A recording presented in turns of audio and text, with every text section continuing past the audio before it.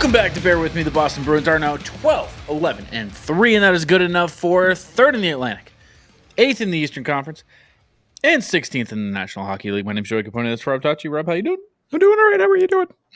I'm doing all right. The show's brought to you by PrizePicks, the exclusive daily fantasy partner of the CLNS Media Network, and by GameTime Tickets, the best place to buy tickets online to sports concerts, all your favorite events. Check out that event the Boston Bruins put on at the TD Garden, Rob. So much pageantry. A lot of pageantry. A lot of pageantry. 90 minutes worth of pageantry. If you didn't know, the Centennial Game, scheduled for 3 o'clock on Sunday, started at about 7 p.m. Did about 4.5 hours. It was actually 90 minutes. That was not an exaggeration. It started at 3. Puck drop was at 4:20.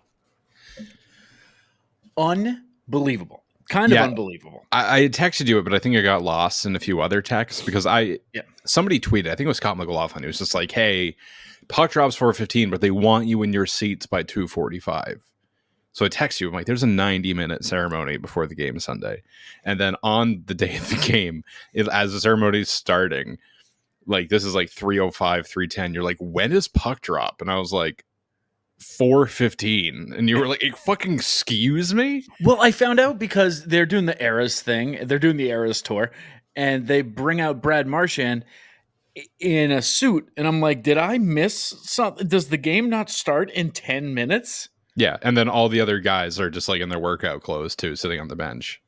Yeah, that I missed. That I entirely missed for some reason, or just overlooked. But yeah, something about Brad coming out. I was like, wait a second. He's playing, right? Yeah, this is how he announces his retirement. The idea of people being in their seats an hour and a half before puck drop is not only insane, but like it's an interactive thing because they gave the wristbands away that lit up with the ceremony. They didn't show a lot of like full crowd shots, but was it full? There's no way, right? I doubt it was full. 2, I didn't even know about the wristband thing. Mm-hmm. I don't have a 3rd. I guess I didn't need to number them, but yeah, no, I had no idea. That's still so long. That's too long, especially in those seats when you're already going to be there for like 3 hours. Like you're going to make me show up an hour and a half early. Like it was cool. It was awesome. I am jealous of the people who did get to see it there in person. Let me get that straight. But still, and it wasn't even like a full 90 minutes. It's like they did the ceremony and then they 45-minute interlude and then they came back. Dude, yes, I was going to say that too. If it's an hour and a half ceremony, and it's a good ceremony, and then the puck drops, that's one thing. To be like, it's over, we'll be back in an hour. Crazy. Kind of crazy. Like, and also, I mean, I'm kind of just being a hater here, but I don't care. Like, the people care about Boston history. The people care about seeing legends. They do. But a ceremony of that size, just to commemorate the fact that it's been a century, you know what I mean? Like the whole reason is just like it's been a century. I was kind of like, yeah, this is sweet, but like this is a city with championship aspirations. This is a city that, hangs banners. Like, I think you may not feel that way if we didn't just have an entire fucking season dedicated to it being 100 years of Bruins hockey. Like it's kind of old hat at this point. And yes, it is the exact 100th anniversary. And yeah, that is worth celebrating and it's cool. But at the same time, it's like, didn't we do this like for a while? Didn't we? We had special jerseys and everything. It's been over a year now that we've been celebrating the 100-year anniversary. It's almost time to start celebrating the 200th anniversary, which is good. We should get a head start on it. Yeah, might as well just leave the decorations up. Yeah. No, it's crazy. It's Christmas in January. It's fuck it. Yeah, but it's like having your big Christmas in January, in February. It's like, we just had a whole month. Well, it's like somebody celebrating your birthday for 6 months and then a month after it's your actual birthday and they celebrate it. And you're like, I appreciate it, but like I'm a little worn out from this. Like I kind of got the message over those 6 months. I think I'm okay. A lot of history. Willie O'Ree is there. Yeah, just like your birthday. Yeah. I mean, it was cool. It was very cool. Again, jealous of everybody that was there. I mean, it looked sweet. It was weird. Weird no Chara. We should talk about that. Weird no Chara. He wasn't there? No Chara. I totally missed that. Was it like announced there was no Chara? I mean, he wasn't on the ice. He is an easy to notice guy, so that's actually I don't think he I would have blended in noticed. Yeah, it was just strange because like I'm under the impression that he's just biking all the time in Cambridge. So yeah, that's fair. He's almost always just running some sort of marathon. Yeah, holding pigeons or something. Yeah, that's odd. Yeah, that was maybe the biggest takeaway. The other thing, Jason Allison was a cool pull. They got Jason Allison. Yeah, you're right. Says Jared didn't show. Wow, I completely missed that. I don't think I even would have noticed it if you didn't say anything. I very much expected him to come out with Bergie. So yeah, I mean, it's kind of weird. He didn't. There was a good photo of Bergeron with Orr. Yeah, and it's like the goats. That's cool. The Bruins have so many goats at this point. They should just call themselves the barn. But we looked up the top goal scorers of what season was it? Was it 71, 72? No, 70, 71. It was disgusting. It was the 70-71 team. So it's like the Orr scores the team. 70-71 team, for those who do not know, is basically the greatest team to have never won the Cup. They scored. Did win the Cup. 70-71 did win. No, they didn't. No, they didn't. Oh, it was 70 and 72. Correct. Yeah, they got knocked out by Montreal. They scored 399 goals that season. An average game for them was over 5 goals over a full season. That's disgusting.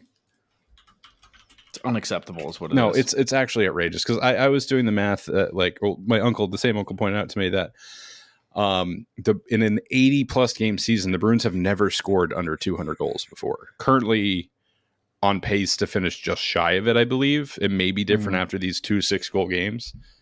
But I just went down a rabbit hole of like their biggest seasons and like just interesting to see like the length of the season changing throughout the years and all the different seasons where it was shortened. But yeah, no, that 71 team was just disgusting. The top goal scorers in the 70-71 Boston Bruins. Esposito had 76. Johnny Busick had 51. Ken Hodge had 43. Bobby Orr, the defenseman, had 37. What a bum. John McKenzie had 31. Derek Sanderson, 29. 76 goals for Esposito. There were 10 guys with 20-plus goals. That's an insane. It's also like just being of the age that we are, being born in the 90s. Like you hear about all these legends and whatever, and like like the era that they played in. You see their highlight reels, whatever. But something about looking up that team made me realize, like, oh right, they all played in the 70s. Right, they all played together. Esposito and Busick and Orr were on the ice at the same time. Yeah, I forget about that too. You're like, that was a team, not just like a fantasy collection of like the 100 years of Bruins. It's like, no, that was a real team for a while. Yeah. And they were kind of so weird. big, they brought hockey back to New England. There's a lot of talk about that during the ceremony too. It's like hockey wasn't nearly as central to Boston's identity before Bobby Orr.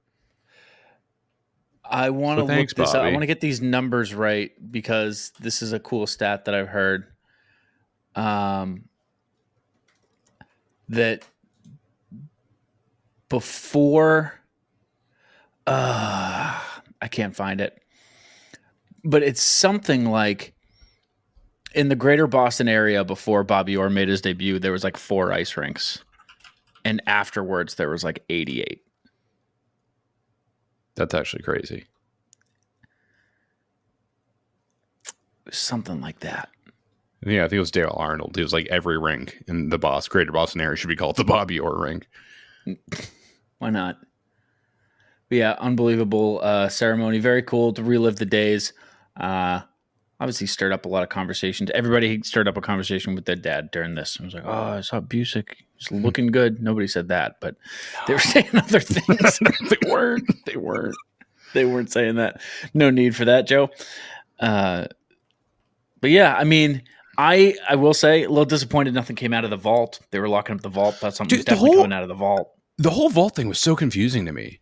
Because I also was like, they're like, no, we're locking it because this is the end of the era. It's the beginning of a new era. I'm like, are you about to kill someone? Like, what's happening? Like, I was so... Every person on the ice, you will say your farewells to.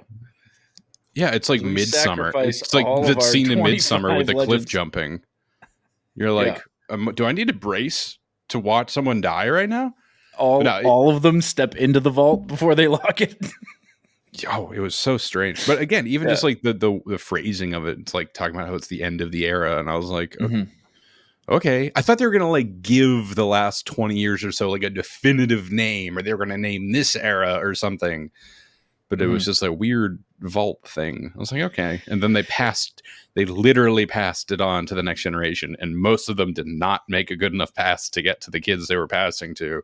Yeah. Just a little awkward. I wanted one of them just fucking sauce it at a 6-year-old, but it did. I knew that was going to happen the second they were like, we want you to pass it to. I'm like, these men are hardly standing. Do we need to make them play hockey? They did it for long enough. Trouba out of nowhere throwing an elbow.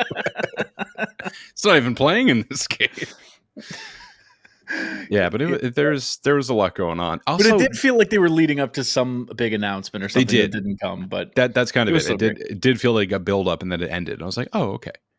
Yeah. Out of nowhere, we have a new statue next to the garden. When were they going to tell us about this? Zero heads up that we just now have a bear. They were like, press conference. Everybody gather around. It's a bear. We made a bear. It's, okay, that's cool, guys. Don't look at its eyes. Did you tell us about this? Did I miss it? Was I late? No. It is cool. I look forward to seeing it in person next time I go to a game, but it's also just, right. I don't know. It's kind of, I don't know what I would have preferred. And not that I don't like it, but it is weird to just be like, it's a bear. I don't know. No, I love that. Honestly, it looks so cool. Yeah. Like it's fine. We're the Bruins. We're the Bears. It's cool. Into it. It's fine. It's cool. Talk about cool. And you'll appreciate this from a production standpoint. That fucking drone video. Dude, the drone video, my God, took over the internet for a little bit. I hate that I can't watch those without thinking about like, how did they make this? Like, it's all I'm thinking about the whole time I'm watching it. But like, and if anything, it just kind of lends even more praise to the video production team because I simply don't know. It's unbelievable. I don't know how much AI or CGI or whatever is put into some of that, but it's clean. It's awesome. I love it. 10 out of 10.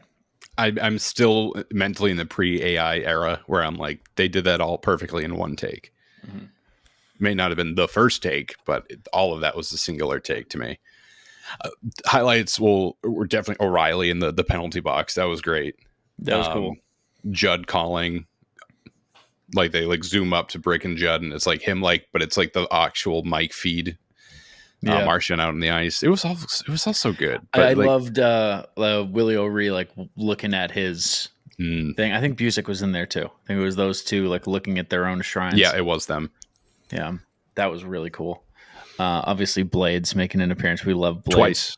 2 Blades. Twice. Yeah, also, I wish they had more Blades. I saw a comment that was pretty interesting. They're like, I've only been to the Boston Garden. I've never been to TD Garden, and this was such a cool way to like see it because it walks you through it basically. Like if you're not familiar with the layout, like and you watch that video, you're like, oh, okay, so that's how it played out.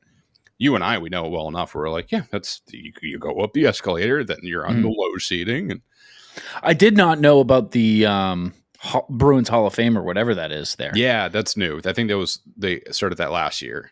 I don't even know if that's like anybody can go to that or if like you have to have like a special fancy ticket.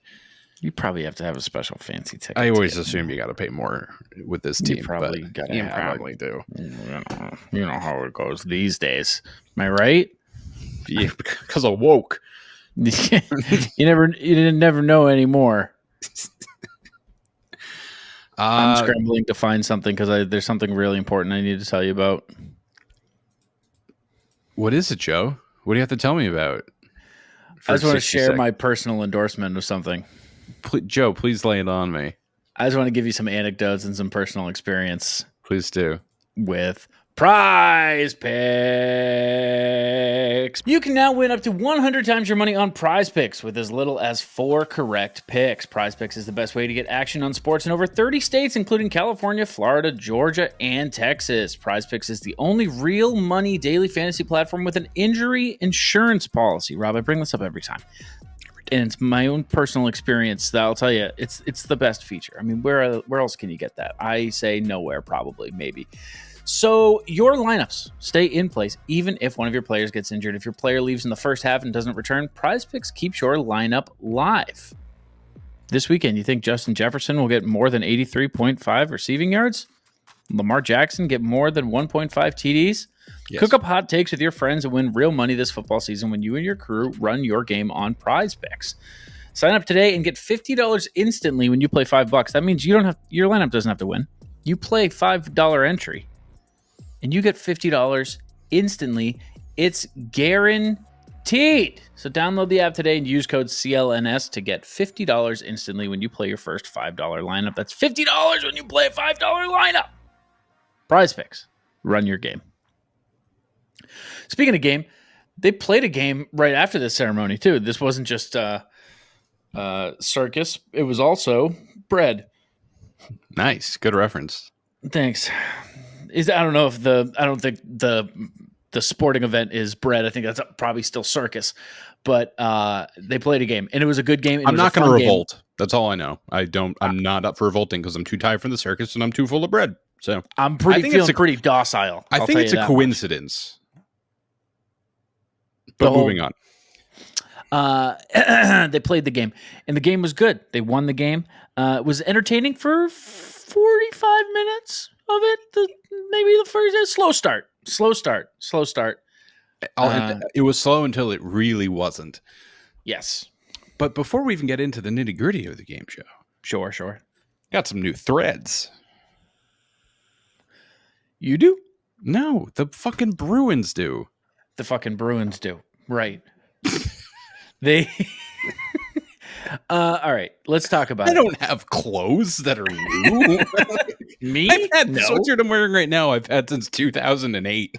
I'm not even kidding. The Bruins got new sweaters, new kits. Last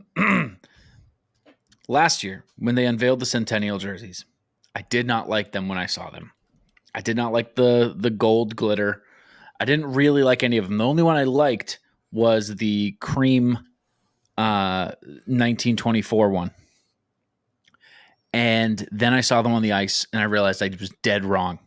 That the black was perfect, the white was awesome, and the cream one was probably the worst of the three. When they unveiled these, I loved them. But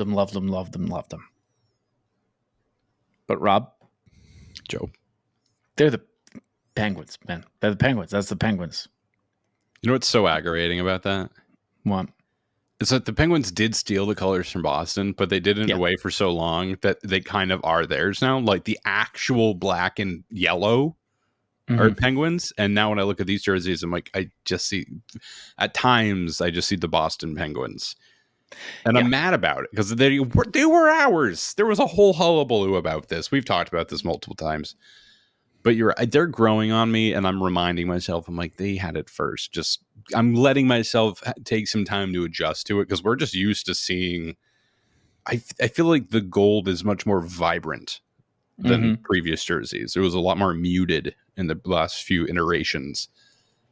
So I'm going to give it time. But would you rather they stick with their current jerseys for the remainder of the year, or would you rather them switch over to these ones?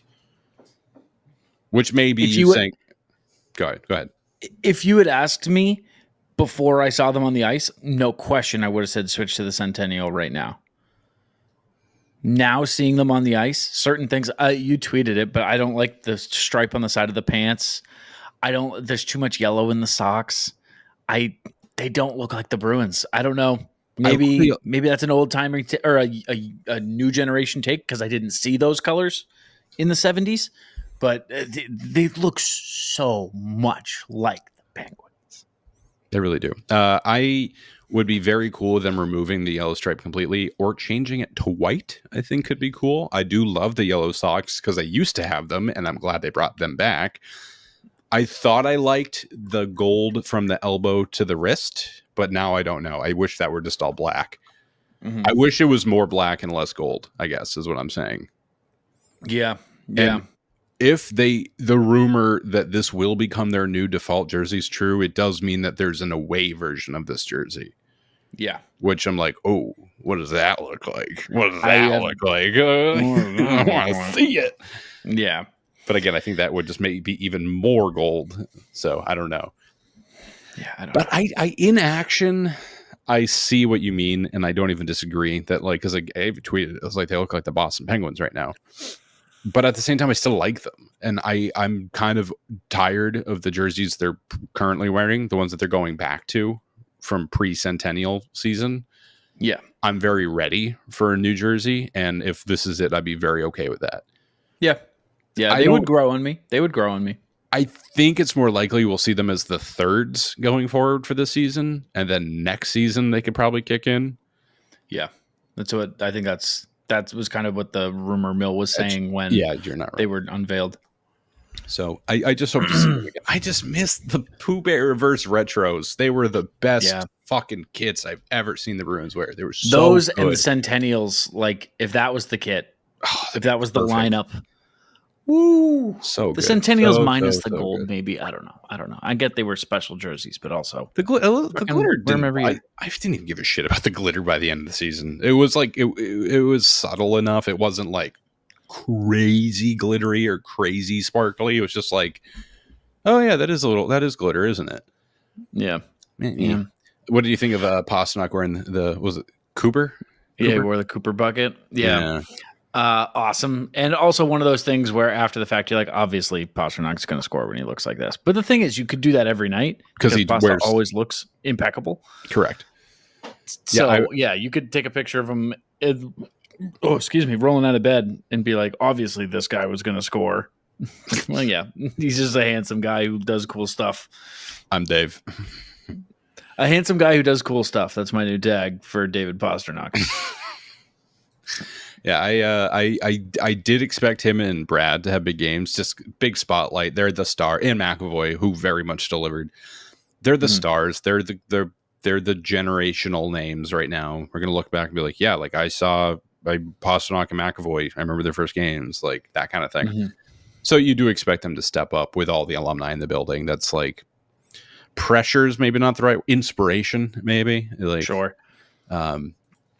And again, and in the same way that you could say Pasternak's going to score when he looks like that, you can say, well, of course the Bruins and their superstars are going to do well on the night of pageantry, the Centennial year. But like we've definitely like had games like that where you're like, oh, they'll win, and like the Montreal Winter Classic at Gillette where they got fucking stomped. You're like, ugh. People there was this one game in 2019. No, we're good. When they were at home, I was really sure they were going to win. Shut up. A lot of pageantry for that one too. Shut up. Also, that threw me off my train of thought. Sorry, my brain just shut down. It's like stop listening. Building walls in your brain. Yeah. Okay, we can talk about the game too. So, like you said, like the beginning was like little boring, little like feeling each other out, like nothing crazy. And then fucking bam, 3 goals in 70 seconds. Mm-hmm. Ooh, you start with that McAvoy shake and bake wraparound. Chuck was moving all game long. I thought he was about to hit the bird celly too. Did you notice that? I did when he went on one skate, arms out, and I was like, oh, but he didn't. And I was like, that would have been random, but pretty cool. That would have been weird, but cool. But like, he's never done that. That's not his celly. And then 50 something seconds later, Pasta scores his first goal in 8 games. After nearly setting up Zaka with a goal too. Primo made a great save on Zaka down low, like right next to the crease. But Judd had a very good call on the Pasta goal too. Said for David Pastrnak, that had to feel like a century because it was his first goal in 8 games. That's good. Like That's good. That's good. That's Jack-esque. It is. I love when Judd's starting to get like his moments of like he's clearly mad about something on the ice. Dude, yes. There was one late in this game where Brick, it was the slashing call on Pastrnak. Yes, it was. Yeah, I know what you're talking about. Where Brick was like a similar thing happened to McAvoy a couple of shifts ago. You got to be consistent. I'm pretty sure I saw a stick slashed out of his hand, and Judd was right there, and he was like, or Zaka getting hit away from the play. How about that? Was there a call on that one? No. I was like, dude, there it is. Let it fly. Let the hate Let it flow fly. through you. Yeah, something about that booth, dude. I know. It's like Jack's just gonna haunt that booth for the next century. People are just gonna them. He's just whispering about the Boston Massacre and Tea Party. Yeah, right. I've gotten really into the Revolutionary War recently. Brick's just kind of like looking over him, like, oh god. Yeah. Judd's growing hair. Yeah, he does put the full Jack mane, like ran immediately. That'd be good. And then that third goal, which is only 15 seconds after the Pastrnak goal, the Coyle backhand, which they did call for Kastelik at first. Yeah. But in the replay, I'm like, that was very clearly Coyle with the backhand. A very nice backhand, too. That not to discount anything, but Coyle's just so solid when he's on. He is. He's just a round player. He's just like, he's a good guy in the corners. He's a smart heads-up playmaker, and he's the guy who can finish a play like that. He can also just like the best-looking goal of the year so far is him showing that he has hands, too. He's just a well-rounded, all-around good player. I think that's why he's kind of the next natural 1C to kind of take over after Berge, because it was like, okay, well, this is a well-rounded two-way end-to-end player who can, slot in anything that we need him to be. Not always on. Slow start to the year. Streaky. Up and down. Streaky's probably the most accurate way to put it. But when he's on, man, he's on. There's like no limit to like what facet of the game he can master.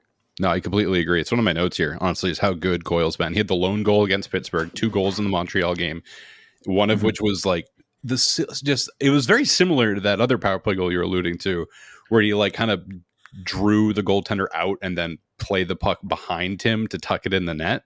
He did almost the exact same thing, just at a different angle this game and in full flight. And again, that backhand goal was nice. That was a good backhand. Yeah. But his physicality has been great. Like I got nothing negative to say about Coyle right now.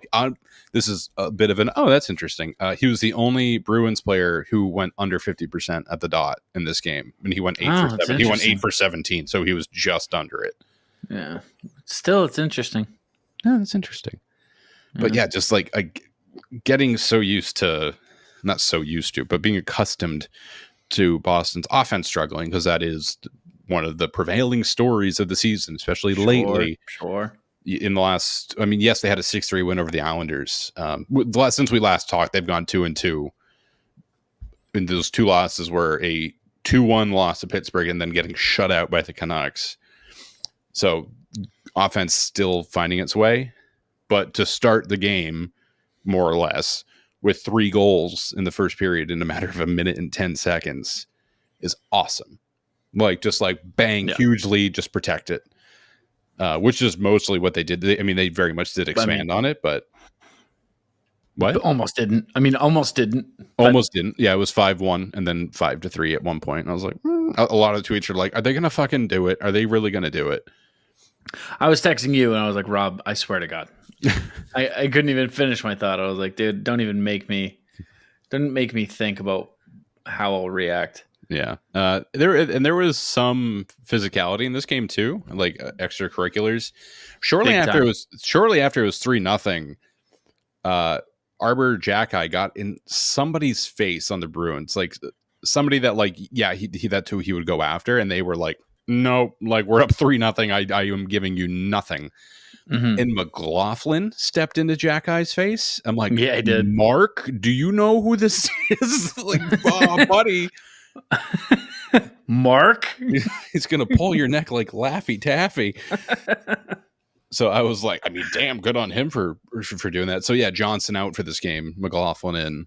I like McLaughlin's play, very fine, not like very fine, like very all right. He's not giving you a reason to take him out. He's not really giving you a reason to bump him up at all. But like, yeah, no, he's doing his job. Like I've liked his play. I've liked Johnson's play. We're reaching a point where I have far more positive things to say than negative things about most of the players on this team, like individually, which is a very good sign. Let's say, okay. And then now you have the fourth goal. So this is the beginning of the second period. Ray Bourque is in the booth. And I forget just how French Canadian Ray Bourque is until he starts talking. Yeah, and I'm like, oh my God, dude. Tabarnak. Like just heavy. And I'm like, oh, like he says literally half a sentence. And I'm like, oh yeah, very, very French Canadian. Yeah, it never went away. But you got a Charlie McAvoy shorthanded breakaway goal with Ray Bourque in the booth, and they kiss the crest Selly to go up 4-0 against Montreal in the first 21 minutes. Chef's kiss all around. Yeah, perfect. If I were writing a script for this game, that would have been if I wrote that and showed it to you, you'd be like, you got to take out one of these things. Like it can't also be shorthanded. It can't also have Bourque in the booth. He can't also do the Selly. Like pick 2 of the 3 or 3 of the 4. Yeah, let's be realistic about this. Yeah. But we got it. We got it big time. It was at a time we needed it too. Oh yeah, and like we needed a real ass kicking game. But the Bruins are what, like 16-0-1 against Montreal right now, like in their last like that many games. 17 is the number. 16 plus 1, yeah. It's either 15-0-1 or 16-0-1. Jeremy Swayman's all-time record against Montreal is 9-0-1. That's awesome. He's never lost to them in regulation, which I'm sure is a big part of that 16-0-1 or 15-0-1. But, and I'll even say, I thought Swayman had a good game. Could I get nitpicky with a couple of those goals? Sure. But when you score 6 goals, you are afforded the privilege of not needing to do that. So I will not. And it's also like every goal that I think might be soft against Sway, it takes 2 replays for me to go, oh, I guess there's more traffic in front than I thought. Yeah, like that jack eye backhand for the first goal. Mm-hmm.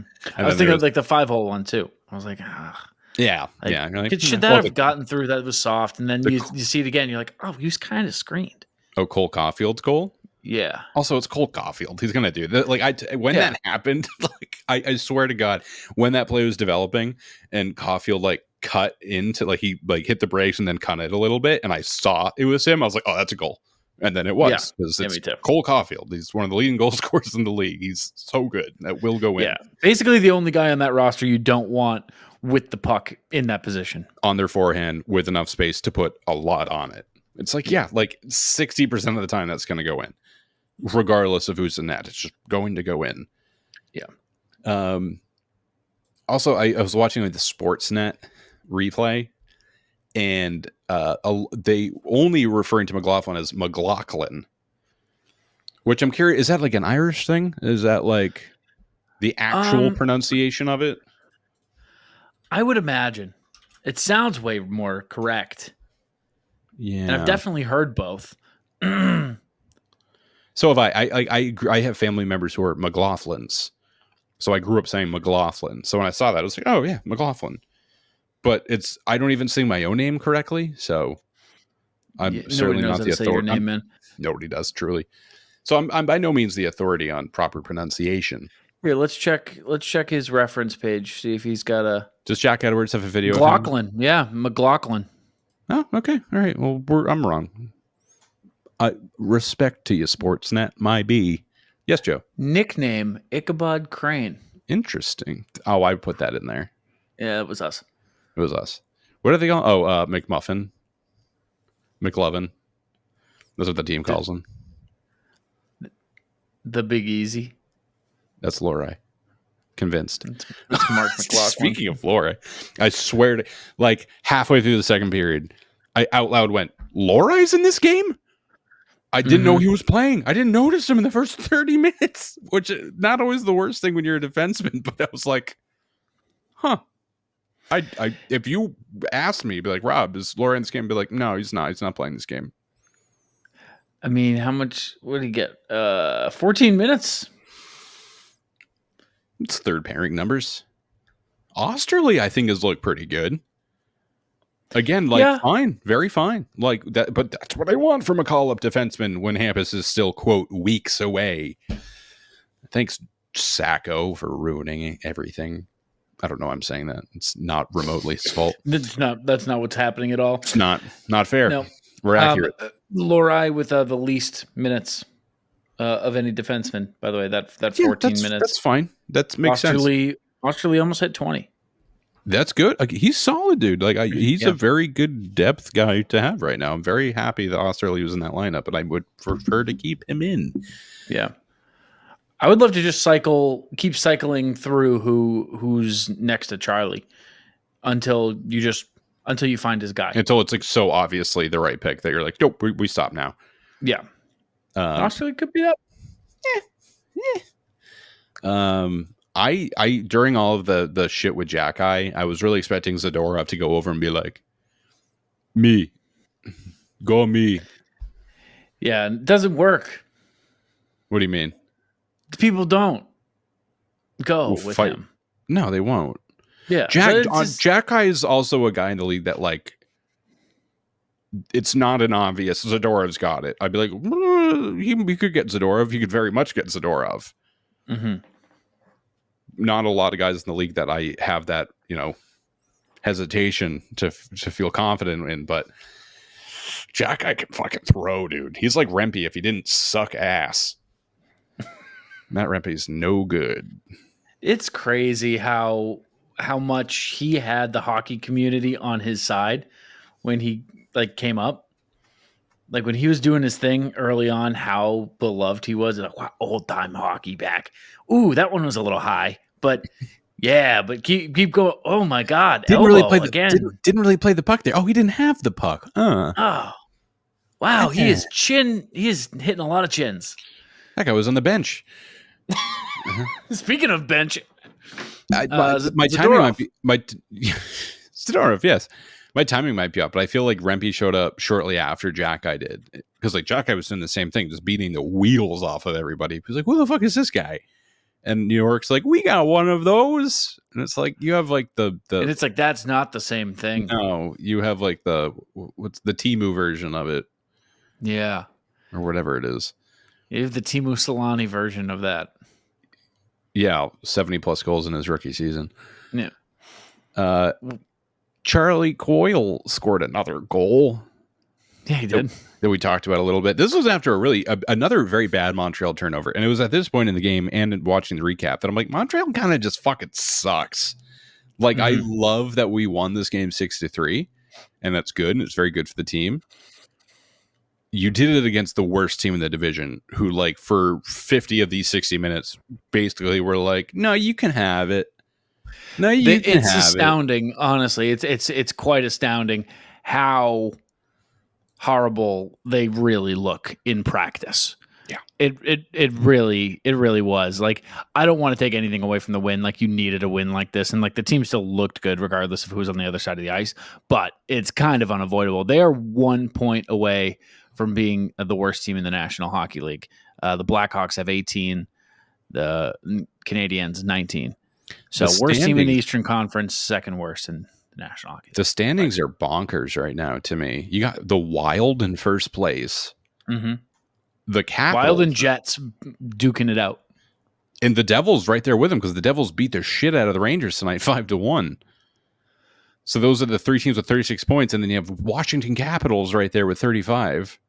Of an OV-less Washington Capitals. And Ovechkin is skating already 2 weeks after fracturing his fibula, already skating. Russian Machine only breaks for a couple weeks. Yeah, it'll be back. He'll be Russian back. Machine don't break until it does, and then it just needs a little bit of Russian Machine went down for maintenance. That's it. Yeah, it'll be a couple minutes. Maybe this is too big of a conversation for right now, and I have some more friends that I got to talk to in a second. But Ovi or Crosby, who retires first? They retire together. I think Crosby could probably retire. I don't know what his contract is, actually. I think that's a pretty important thing to know. I think he just got. Was it one more year? 8.7 mil? I think it was 2. It was 2 years. Oh, Ovechkin 15. Probably. Yeah. I think OV retires when he breaks it. If he can come back in time and still manage to keep on pace and break it this year, I think he retires. But again, how many more does he need? Doesn't he need 30 more? 28 more? I don't even know about Ovechkin's contract. He is on contract until the end of next season. Okay, so he wouldn't. So he would have at least one more. So I think Ovechkin retires before Crosby based off their contracts. Because I think Ovechkin will absolutely break it by the end of next season, barring any future injuries or anything. Mm-hmm. It's just going to remember how impossible we thought that was like 4 years ago. What, him breaking it? Yeah. Yeah, we're like, oh no. Well, he needs 5 more years of 40+ goals. He wasn't doing that well for a while. He was struggling. Like he came off of like a 50+ goal season, and then like it dried up, and we're like, oh, he's done. And then he just found the fountain of youth again this year, and was just like, no, I scored 4 goals. It's like it's the first period. Like, chill. No, I'll score more. I'll score more. It's fine. I think it was probably around 2021. No, he still had 24 goals that year. Jesus Christ, this guy's good, huh? Can I run down Ovechkin's goal totals by season? Yeah, hit me. 52, 46, 65, 56, 50, 32, 38, 32, 51, 53, 50, 33, 49, 51, 48, 24, 50, 42, 31, and then 15 this year. Yeah, that's a guy that's going to break the all-time record. Yeah, he's right there, huh? He has the all-time record for power play goals and the all-time record for shots on goals. People don't talk about that one. Interesting. I'm curious when that started to be recorded, too. That's true. That's true. Like Cal Clutterbuck is the all-time leader in hits. And I'm like, I have to imagine that if we were recording it, it would probably be somebody else. He's led the National Hockey League in shots 11 different times. Pastrnak kind of takes that over now. I think he's still leading the league in shots right now. He's like 105. There's a year Ovechkin had 528. It's fucking... What? It's in over 79 6 per games. game. Wait, how That's many? Averaging over 6 per game. It's like 6.5 per game. 528 divided by 79. Yeah, 6.68. Gotta trust averaged almost 7 shots a game. Shh, fuck off. Yeah. Shut up. Unbelievable. How about the Bruins, though? If you want to see these Bruins now that they're like looking okay, listen, there's nothing like the roar of the crowd. There is nothing like being there in person.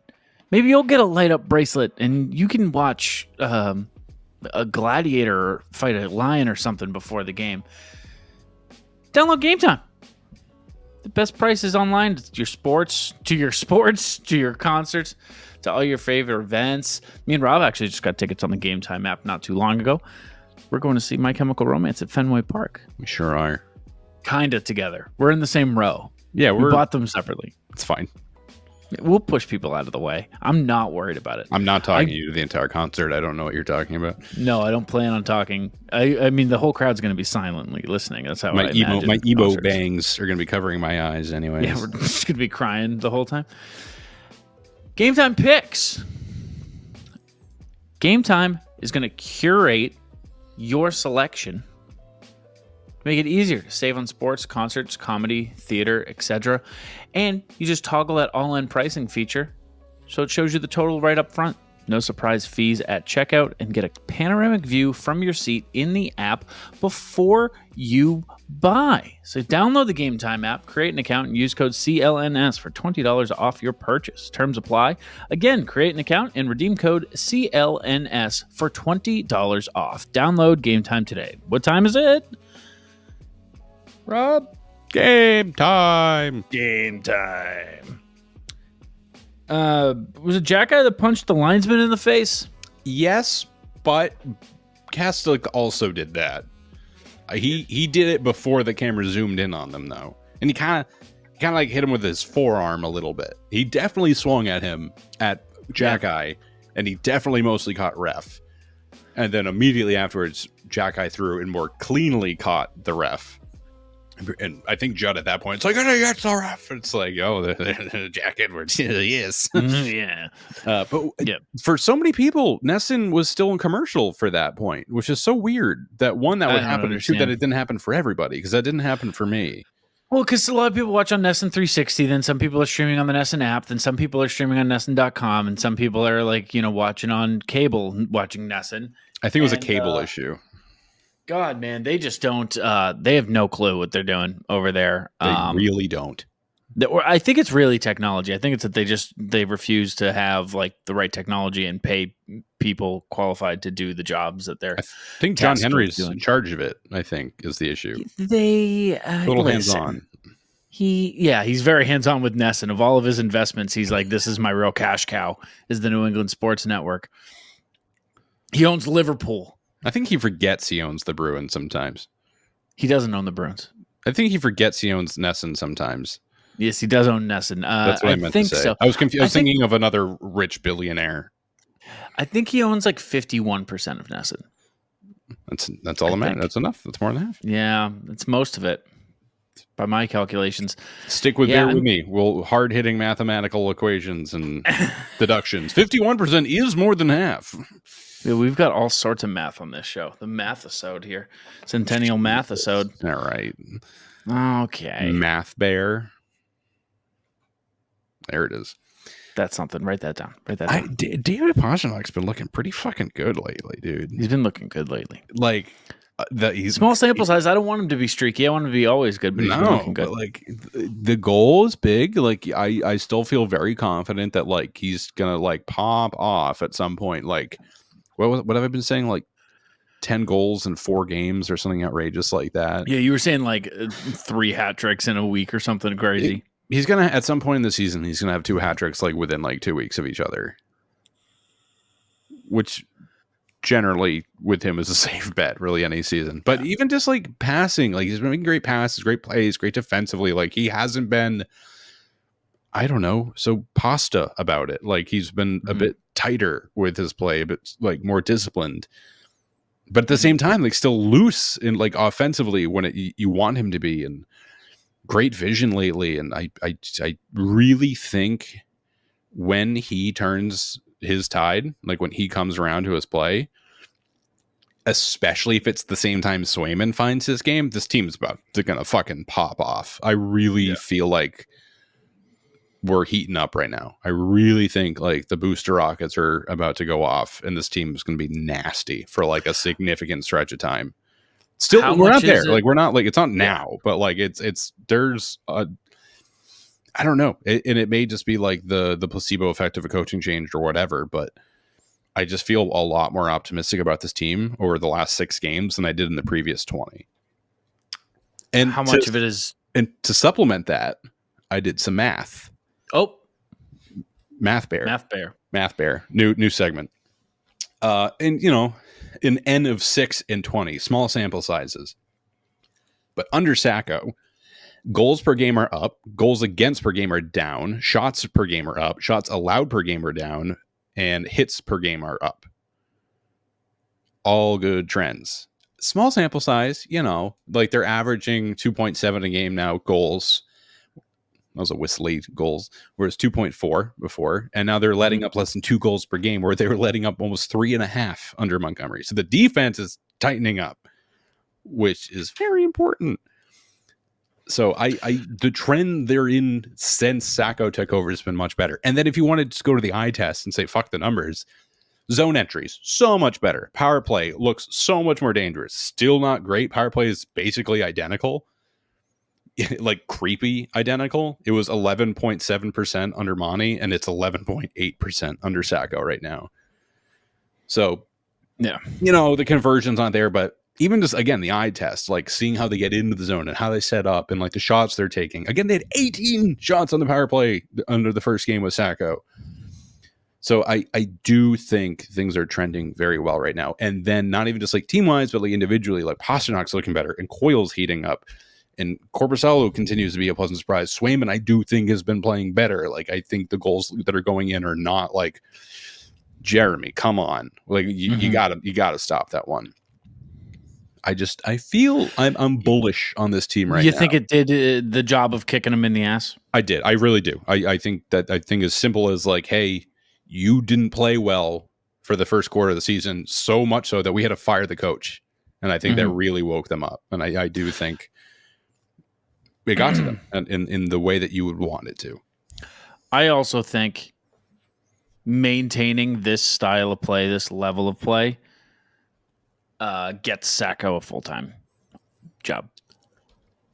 I think that's really dependent on who would be available. That's true too. I do think if the Penguins fire Mike Sullivan, the Bruins bring him in like almost immediately, kind of like what St. Louis did with Montgomery. But other than that, and we don't have to get into it now, but there's been some nuance in the Quenneville discussion that maybe we can get into in the future. But I do think at this point, like, it still is Sacco's, like, he's in the driver's seat. I don't know if he needs to have like a stellar season to maintain the job or just a pretty good.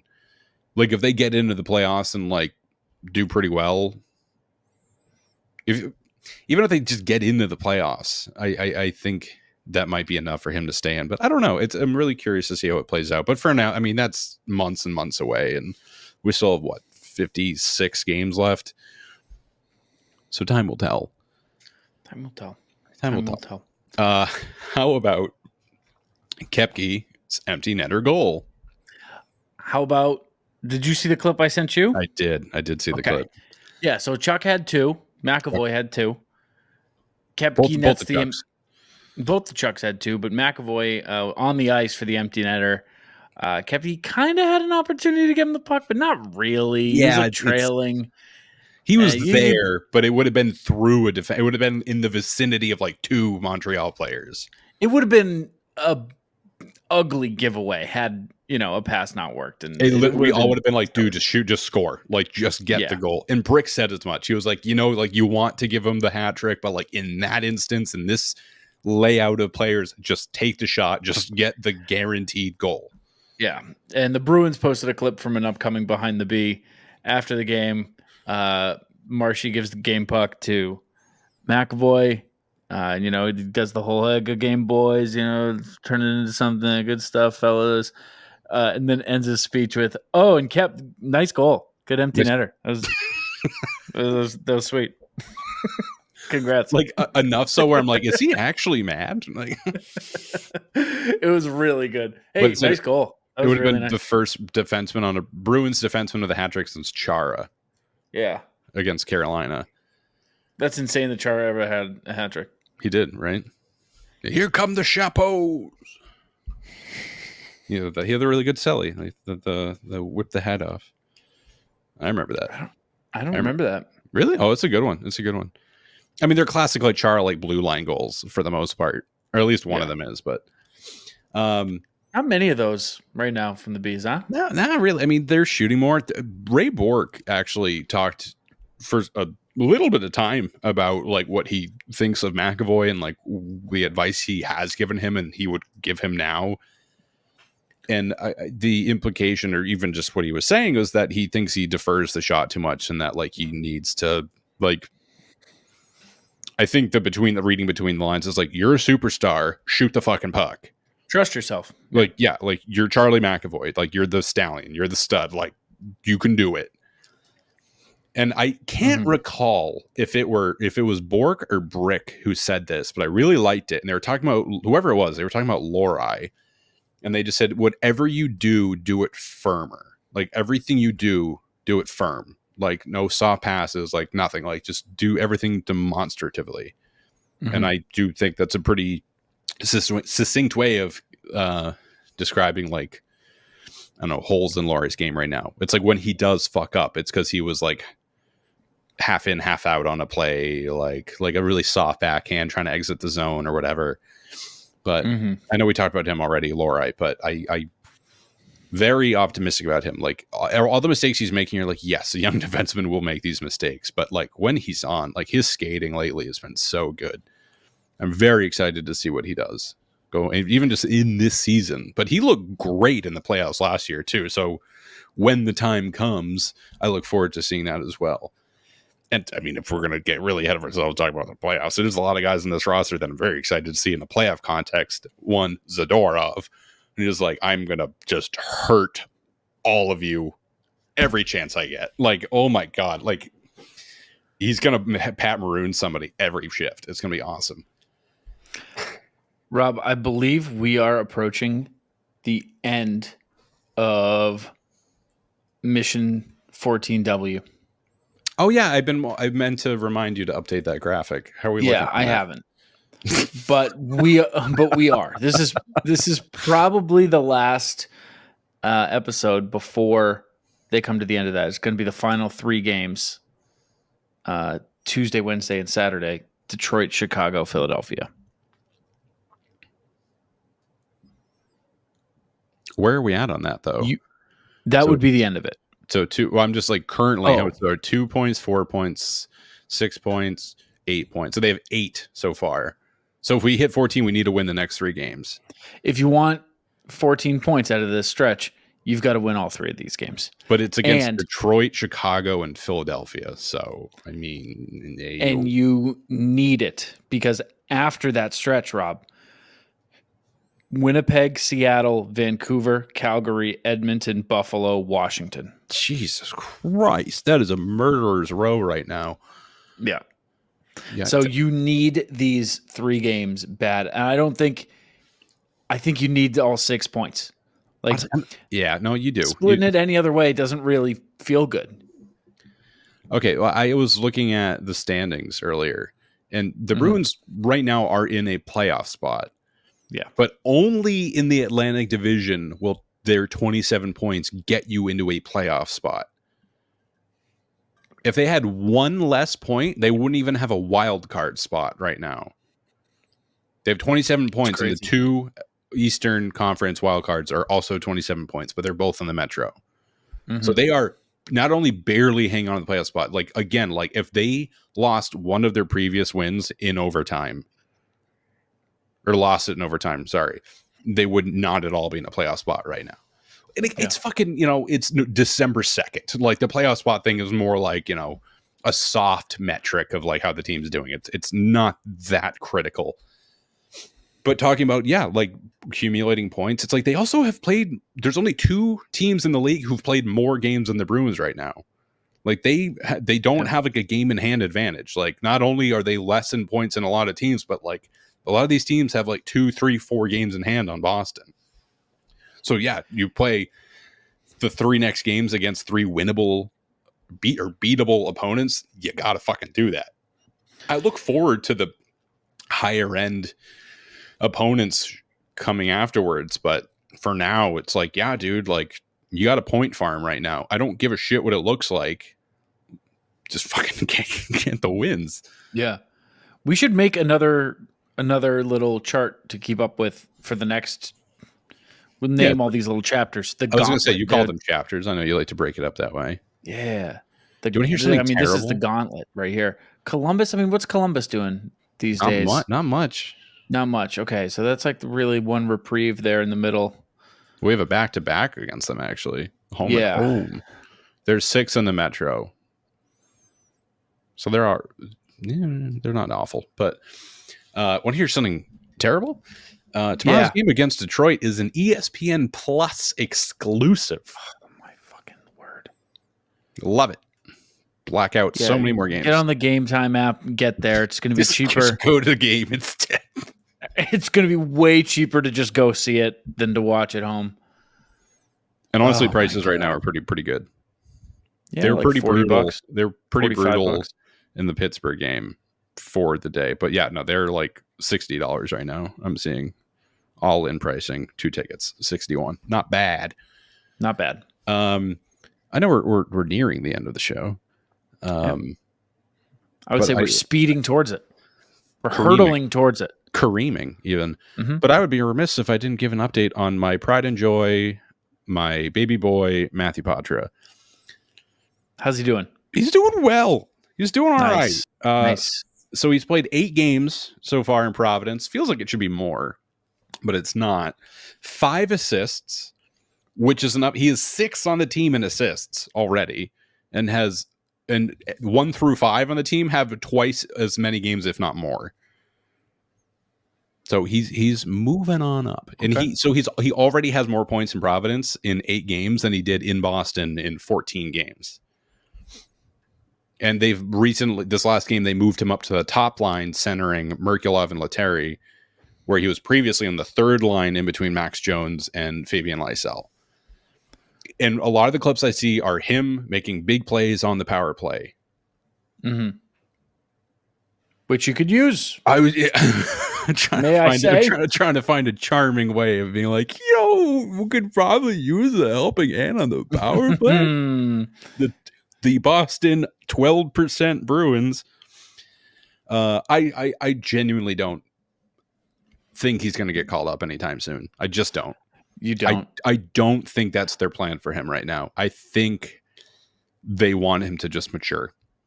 I think it was Mark who pointed out that like Krejci played 90 games in Providence before he even had a foothold in the NHL. Like Potra's still 20 years old. Like he's got plenty of fucking time. He still has weight to gain. Like he still probably has another 10 pounds or so to gain. And then he'll be at that like standard 5'11", 6 foot, 200 pound player. Like he'll be all right. I just let him condition, let him trust his shot more, let him gain some weight, let him, I don't know, get more used to the physicality of it. Cause he was getting buried in the NHL, like every game. I don't know if I'm just protecting my heart when I say that I don't think he's going to get called up soon, but like the revolving door they have with Providence Boston right now, like he is not a part of it. It's McLaughlin, it's Merkulov, it's Osterley. I mean, he's a defenseman, but I think you will see Merkulov or Lysell up before Potra. I really hope I'm wrong. I fucking miss Matt Potra, and I do genuinely believe he can significantly contribute to the Bruins right now. But I do think it's possible they're thinking more long-term with him, and they think that it's best for his development to be playing in the AHL at the moment. I don't think you're wrong. Just sad. Yeah, I don't know. I think I firmly believed he was an NHL player before the season, and like that just hasn't changed. No, he's again, like I've been watching as much of the Providence games as I can, and he's just a very, very good playmaker. And I don't know. I could go on about this, but I'd just be going in circles. It's like I think he can contribute at the NHL level, but I also think there may be value to letting him, mature a little bit more in the AHL at the moment. That's it. Also, they couldn't fire Neely and Sweeney a few weeks ago, because if they did, they would have to awkwardly invite them back for this Centennial game, and it would have been weird. It's a great point. So now we can fire them because we don't have any more. The end of an era. Goodbye. See ya. Dude, that's the announcement. They put them in the vault. Time to close this chapter. Don, Cam, step forward. They're being escorted by larger men. Yeah. That's where Chara was. He was getting ready to escort them because he was going to take over as president. Part of me thinks Chara will be president of the Boston Bruins one day. I think he'll be president of these United States. A lot of people, like when Monty was getting fired, they're like, oh, people really want Bergeron the coach. Like, just because you're a great player doesn't mean you'll be a good coach. I'm like, yes, but this is Bergeron we're talking about. Like, this is like one of like the most like high IQ hockey players I think I've ever seen. So I think, yeah, he might be. I mean, I know Gretzky is probably the highest IQ hockey player of all time, and he was not a good coach. So that argument I might have just thrown out the window on my own. But I want him to relax. Oh, yeah, it's way too fucking soon. Like, if it's going to happen, it's going to be in like 5 to 10 years. Like when his kids are like out of the house, however many years that is now. But I think he just wants to be a dad, which like, yeah, you fucking earned it. Like you destroyed your body for this city. So enjoy your retirement, Patrice. We love you. Thanks for that, Patrice. All right, we'll be back after this thrilling week of Bruins hockey. Probably be back for the weekend, but that probably makes sense to wait for the three of them, right? Because otherwise it's Detroit and Chicago, in which case, like... I mean, no, we should do that. Yeah? Yeah. Yeah, because I don't want to wait till Sunday. Yeah. Yeah, that's a full week. All right, we'll be back. We'll be back and talk to you guys. Thanks so much for listening, everybody. You can follow us on the socials at bearwithme_pod. You can follow me at Joey Copponi. You can follow him at Rob Tocci.